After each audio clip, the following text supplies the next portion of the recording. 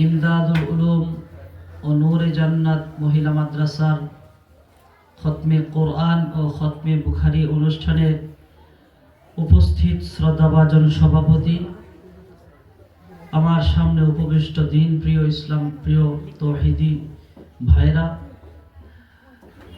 মাদ্রাসার তালিবে ইলম, আসাতিজা ইকরাম, হযরত উলামা ইকরাম। আসলে সময় সংক্ষিপ্ত, লম্বা করে বলার সুযোগ নাই, তো এই জন্য কয়েকটি কথা বলেই আমি আমার কথা শেষ করে দিব ইনশাল্লাহ 20-25 মিনিটে। এখানে দুটি শিরোনাম আপনারা দেখতে পাচ্ছেন, একটি হলো খতমে কোরআন, আরেকটি হলো খতমে বুখারী। আমরা অনেকেই হয়তো খতমে কোরআন এই শব্দটার সাথে পরিচিত,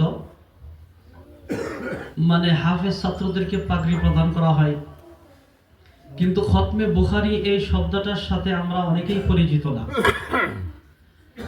এটি আমার আগে অনেকেই বুখারী শরীফের ব্যাপারে বলেছেন, বুখারী শরীফ কি, এটার মর্যাদা, এটার মাহাত্ম্য, এটার গুরুত্ব সম্পর্কে বলেছেন। তো ওনাদের মতো করে বলেছেন, আমি আপনাদের কাছে এই বুখারী শরীফ সম্পর্কে, যেটা হয়তো অনেকের অজানা থাকতে পারে যারা উলামায়ে কেরাম না, আমরা তো মনে করি বুখারী শরীফ শুধু একটি কিতাব যেটি শুধু মাদ্রাসাতেই পড়ানো হয় বা আমাদের দেশেই পড়ানো হয়। বিষয়টি এমন নয়। পৃথিবীর অনেক দেশেই, পৃথিবীর স্বীকৃত ইউনিভার্সিটিগুলোতে বুখারী শরীফ পাঠ্যপুস্তকে পড়ানো হয়। এবং ইমাম বুখারী যিনি বুখারী শরীফ লিখেছেন তার ব্যাপারে আলোচনা হয়েছে।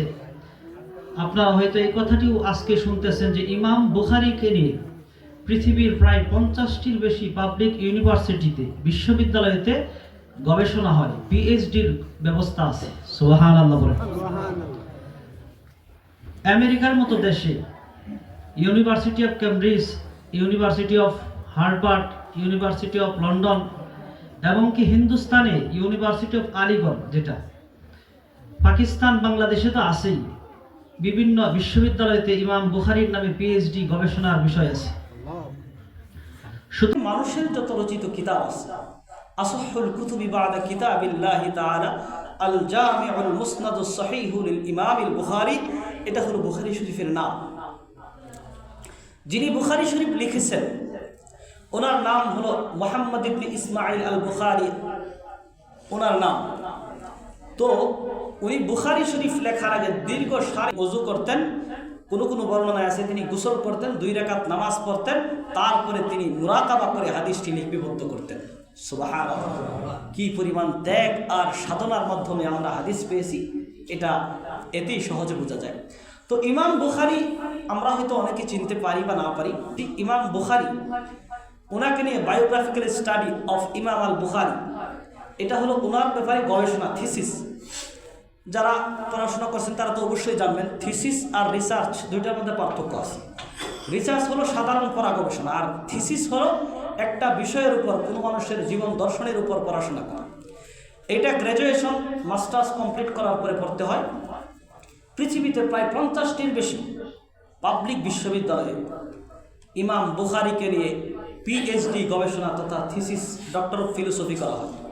তাহলে মানুষটার ওজন কম না বেশি বলেন দেখি?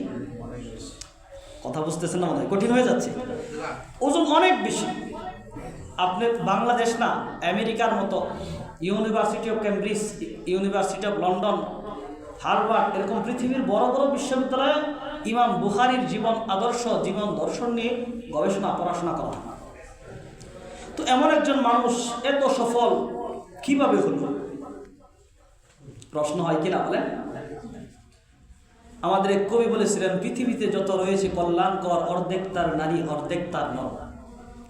পৃথিবীতে কোনো পুরুষ একা একা সফল হইতে পারে না। পুরুষের সফলতার পিছনে তার মা, বিশেষ করে মায়ের এবং বাবার সফলতার একটা বিরাট একটা সাপোর্ট এবং সমর্থন থাকতে হবে। যেমন ইমাম বুখারীর কথা বললাম, ইমাম বুখারীর ছোট সময়ে তিনি অন্ধ হয়ে গিয়েছেন। এক রোগের কারণে তিনি দৃষ্টি প্রতিবন্ধী হয়ে গেছেন। তিনার মা ওই যুগের এবং অনেক